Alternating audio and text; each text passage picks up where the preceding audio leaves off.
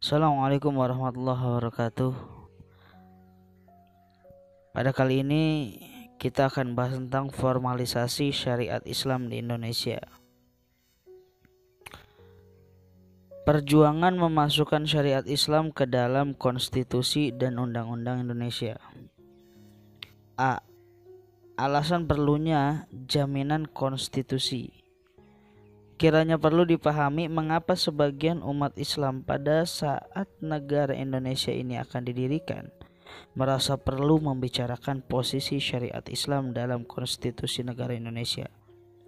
Menurut penulis, setidaknya ada 3 alasan yang mendorong sebagai umat Islam merasa penting membicarakan posisi syariat Islam dalam konstitusi. Yang pertama, dalam konsep negara modern, hukum dasar yang akan dijadikan rujukan pembuatan undang-undang adalah konstitusi. Konstitusi yang jelas dan tertulis akan dijadikan acuan bagi pembuatan undang-undang di bawahnya, mengingat konstitusi merupakan hukum tertinggi dalam konteks kehidupan bernegara. Undang-undang yang lebih rendah tidak boleh bertentangan dengan konstitusi negara. Lalu yang kedua, konsep negara Islam dalam literatur klasik ada hubungannya dengan jaminan melaksanakan syariat Islam bagi umat Islam sendiri. Negara yang memberikan kebebasan bagi umat Islam untuk melaksanakan syariatnya bisa disebut dengan dar Islam. Sebaliknya, negara yang tidak memberikan kebebasan bagi umat Islam untuk menjalankan syariatnya tidak bisa disebut sebagai dar Islam. Lalu yang ketiga, adanya anggapan bahwa hukum Islam paling tidak sebagian darinya tidak bisa dilaksanakan tanpa adanya kekuasaan politik setingkat negara. Karena hukum Islam menurut mereka tidak hanya mengatur urusan privat tapi juga urusan publik. Oleh karena itu, keberadaan negara bagi umat Islam merupakan kemestian sesuai dengan kaidah ma la yatimmu 'alal wajib ila bihi fahuwa wajib. Lalu upaya memasukkan syariat Islam dalam konstitusi. Upaya memasukkan syariat Islam dalam konstitusi muncul sebelum negara Republik Indonesia ini resmi dideklarasikan. Jauh sebelum itu, para pendiri negara telah berdebat tentang dasar negara. Sebagian mereka menginginkan agar dasar negara Indonesia adalah Islam, sementara yang lain menghendaki agar dasar negara Indonesia ini nasionalisme. Kompromi pertama dicapai pada saat para pendiri negara menyetujui agar Piagam Jakarta yang menggabungkan unsur nasionalisme dan Islam akan dijadikan sebagai pembukaan konstitusi negara. Pada saat para pendiri negara ini akan memproklamirkan kemerdekaan Indonesia, muncul keberatan dari penduduk bagian timur Indonesia yang kebanyakan memang non-muslim. Mereka khawatir bila Piagam Jakarta dijadikan dasar negara, maka mereka yang non-muslim akan termarginalisasikan dan akan menjadi warga negara kelas 2. Mereka mengancam agar keluar dari Indonesia bila hal itu dipaksakan. Untuk itu, melalui tindakan yang bijak, para pendiri negara setuju agar sila pertama dalam Piagam Jakarta yang mengatakan ketuhanan dengan kewajiban menjalankan syariat Islam bagi pemeluknya diganti dengan ketuhanan yang Maha Esa. Akan tetapi, keputusan yang bijak ini tidak menjadikan semua umat Islam merasa lega dan puas. Sebagian umat Islam masih menginginkan dan terus memperjuangkan agar Piagam Jakarta, atau lebih tepatnya 7 kata dalam Piagam Jakarta, masuk dalam konstitusi. Sebab dengan masuknya 7 kata dalam Piagam Jakarta, maka Indonesia dengan sendirinya dilihat dari konstitusinya telah menjadi negara Islam.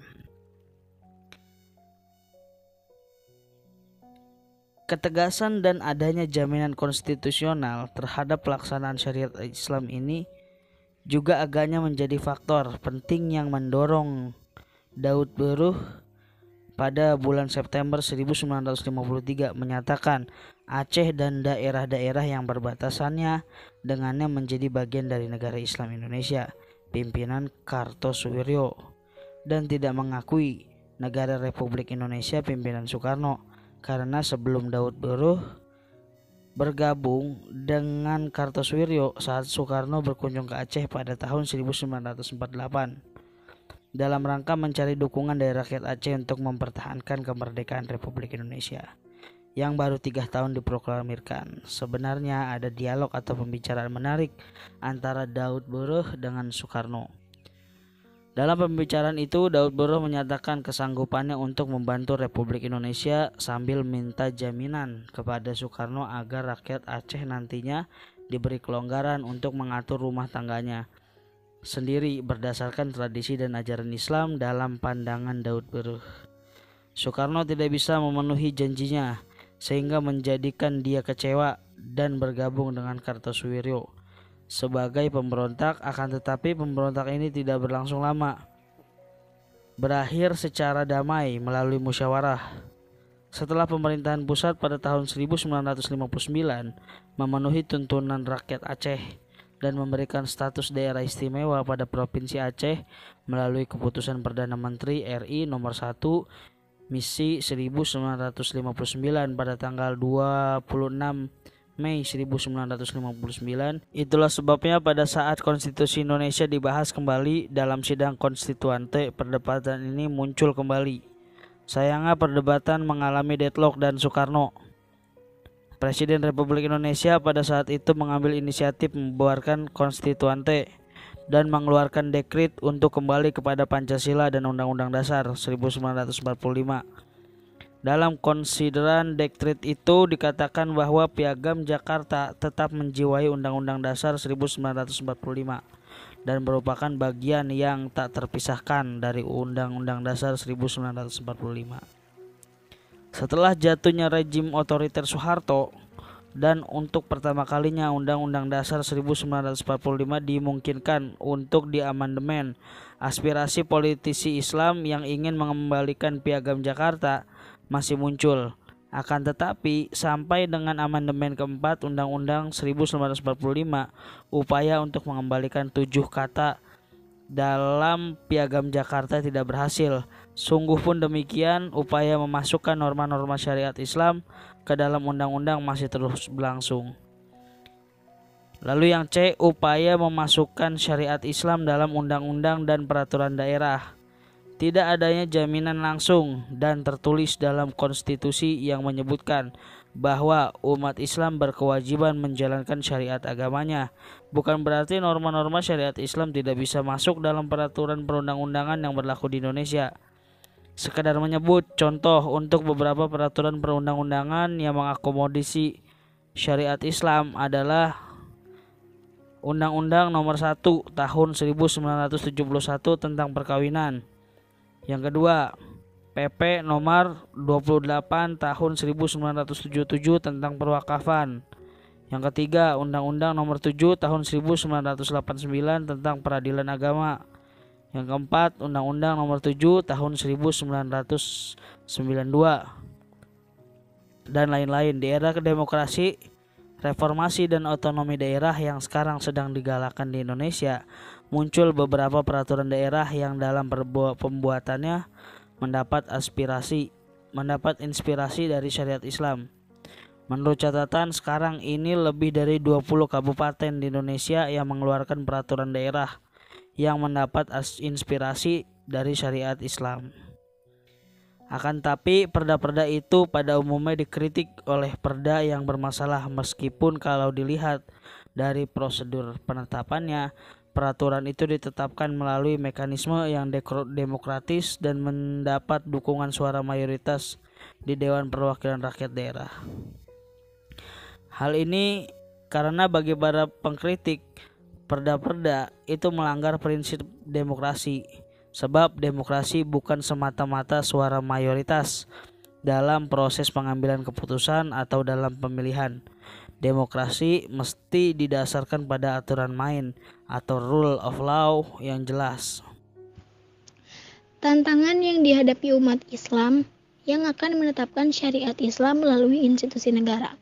Sejak awal periode pembentukan hukum Islam, perdebatan tentang apakah hukum Islam perlu diterapkan atau perlu diundangkan oleh negara itu sudah muncul.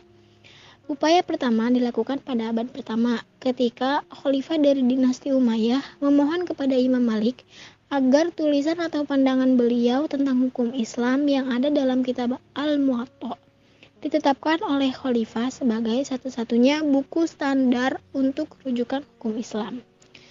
Kemudian gagasan ini mendapat inspirasi dari pendahulunya, Utsman bin Affan, yang telah sukses menyatukan umat Islam dalam teks Al-Quran yang seragam.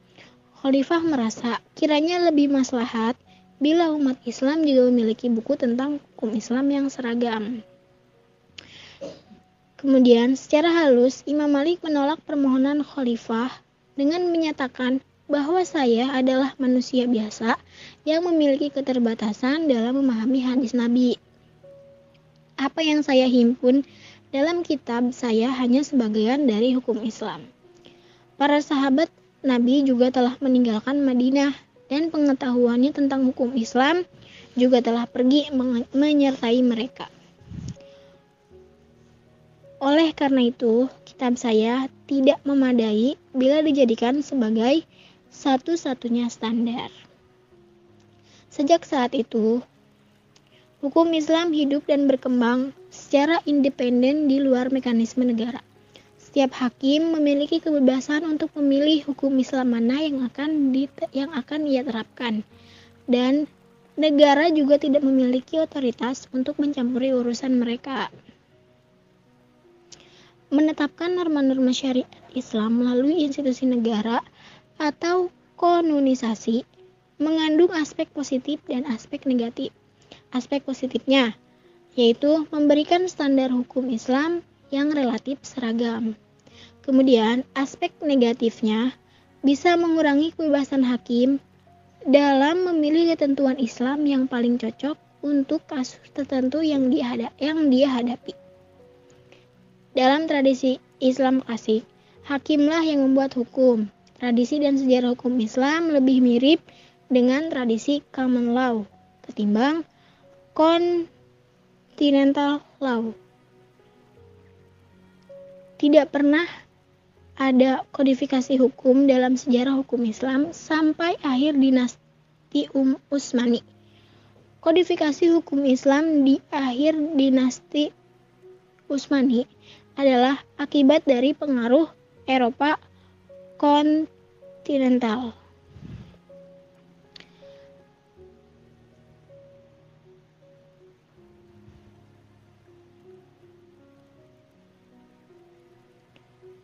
Dalam konteks Indonesia, hukum Islam yang cocok dengan daerah tertentu belum tentu cocok dengan daerah lain. Hukum Islam yang dirumuskan dalam kitab-kitab fikih klasik juga belum tentu cocok dengan kondisi masa kini.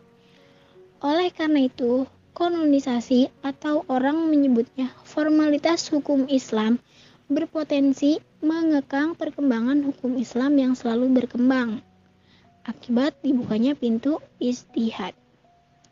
Sebab hukum Islam yang diterapkan oleh negara dalam bentuk konun akan cepat ketinggalan zaman. Contohnya adalah kompilasi hukum Islam yang dilegalkan atau disahkan penggunaannya melalui instruksi Presiden pada tahun 1991. Kompilasi yang baru berumur 1,5 dasawarsa ini telah menuai banyak kritik dari banyak intelektual muda Islam di Indonesia karena beberapa bagiannya sudah tidak relevan dengan perkembangan zaman. Tantangan juga datang dari mereka yang tidak setuju diformalitaskan hukum Islam melalui undang-undang negara. Dengan diundangkannya hukum Islam melalui undang-undang negara menjadikan pelaksanaan hukum Islam seolah-olah tergantung pada negara.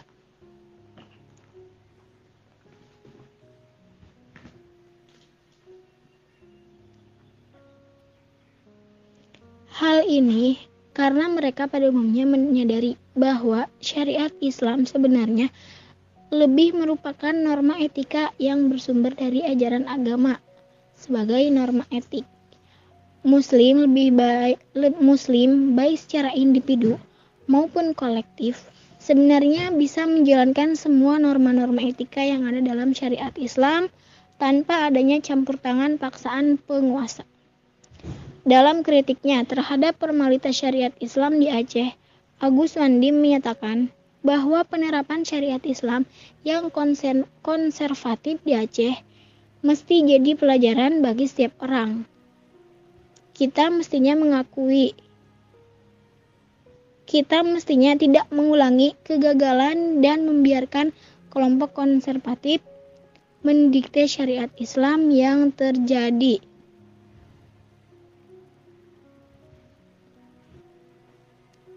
Di Aceh, banyak di antara kita yang tidak menyadari betapa Islam di Aceh telah dieksploitasi sedemikian rupa oleh kelompok konservatif untuk mempromosikan sesuatu yang baru, yakni tipe Islam yang menindas wanita, membatasi kebebasan berbicara, menetapkan aturan tingkah laku yang ketat yang sebenarnya bertentangan pada tradisi lokal dan watak Islam itu sendiri.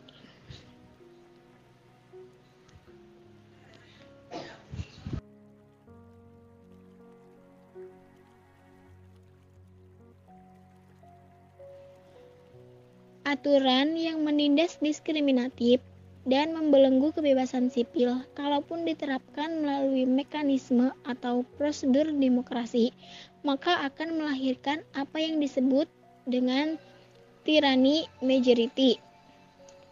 Dan ini jelas akan menghambat perkembangan demokrasi yang sehat. Umat Islam yang memaksakan paham atas interpretasinya yang konservatif terhadap syariat Islam, maka akan dipandang sebagai pendukung autoritarisme dalam Islam. Dalam bahasa M.A. Diatra, autoritarisme bisa melahirkan apa yang disebut dengan religius totalitarianisme dengan ciri yang antara lain: pertama, otoritas suatu rezim didasarkan atas mandat suci atau holy mandat dari Tuhan sehingga masyarakat luas tidak boleh mempertanyakan legitimasinya karena itu berasal dari Tuhan. Sehingga penindasan tidak lagi dilakukan dengan senjata, tapi melalui atau atas nama Tuhan. Terus yang kemudian ciri kedua, rejim itu akan memaksakan ajaran agama secara ketat dan mengontrol rakyat mengamalkan agamanya. Ini semua akan memberi peluang bagi penyalahgunaan kekuasaan oleh orang-orang yang menduduki kekuasaan.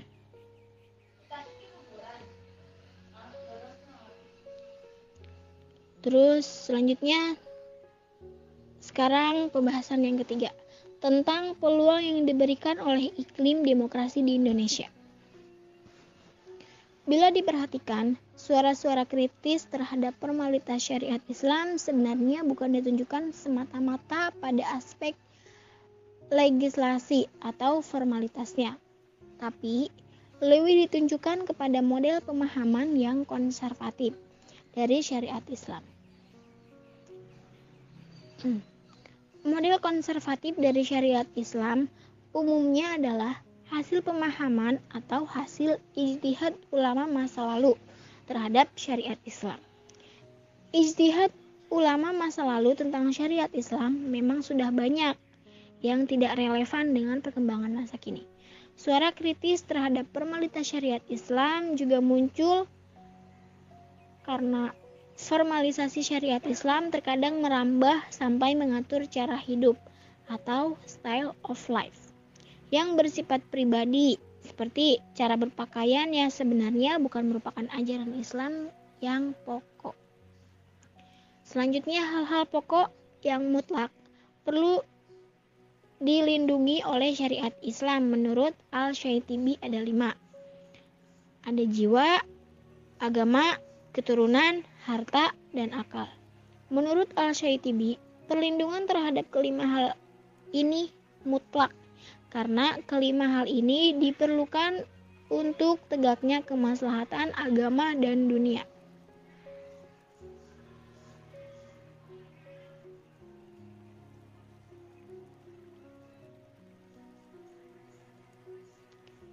Perlindungan terhadap agama bagi umat Islam mengandung pengertian bahwa umat Islam mesti dilindungi dalam menjalankan rukun atau kewajiban agama mulai dari syahadat, sholat, zakat, puasa, sampai dengan haji. Perlindungan terhadap agama juga mengandung pengertian agar agama dijaga kelestariannya dan dilindungi dari hal-hal yang akan merusaknya. Demikian pula perlindungan terhadap jiwa, keturunan, harta, dan akal. Adapun menutup aurat atau hal-hal yang berkaitan dengan kesopanan dan keluhuran budi pekerti masuk kategori. Adapun menutup aurat atau hal-hal yang berkaitan dengan kesopanan atau keluhuran budi pekerti masuk dalam kategori tahsiniyah. Oleh karena itu, jika yang diformalkan adalah prinsip-prinsip umum syariat Islam yang bisa membawa kemaslahatan bagi semua golongan, maka formalisasi syariat Islam tidak akan menimbulkan masalah. Tapi, jika umat Islam mau memformalkan hukum pidana Islam peninggalan masa lalu, maka mereka harus berani melakukan reformasi dan reinterpretasi terhadap bagian-bagian yang sudah tidak relevan dengan perkembangan masa kini, agar bisa diterima dan kiranya bisa membawa maslahat bagi semua orang. Contohnya, hukum rajam dan hukuman potong tangan tidak mungkin bisa diundangkan di Indonesia. Oleh karena itu, dalam era demokrasi, peluang untuk memasukkan norma-norma yang berasal dari hukum Islam masih tetap terbuka sepanjang hukum Islam dipandang sesuai dengan tujuannya dan sesuai dengan maqasid al-syariah. Dalam era demokrasi, syariat Islam juga tetap memiliki peluang yang tinggi untuk dimasukkan dalam setiap perbuatan undang-undang sepanjang ijtihad untuk menggali dan menetapkan syariat Islam agar sesuai dengan perkembangan zaman. Tetap dibuka seluas-luasnya. Meskipun tujuannya tidak berubah, sejarah membuktikan bahwa beberapa bagian dari syariat atau hukum Islam mengalami evolusi. Dalam era demokrasi, setiap muslim pada dasarnya memiliki peluang dan kesempatan yang sama untuk memahami dan menerjemahkan hukum-hukum Tuhan. Jadi, bukan hanya para fuqaha dan penguasa saja yang bisa mengatasnamakan diri sebagai khalifatullah sebagaimana yang sering dipahami selama ini. Oleh karena itu, ijtihad mesti dimaknai sebagai refleksi pemikiran dinamis manusia yang pada akhirnya mengarah pada konsensus atau kesepakatan. Lebihnya mohon maaf apabila ada salah kata yang kurang enak. Semoga bermanfaat untuk kita semuanya. Terima kasih. Wassalamualaikum warahmatullahi wabarakatuh.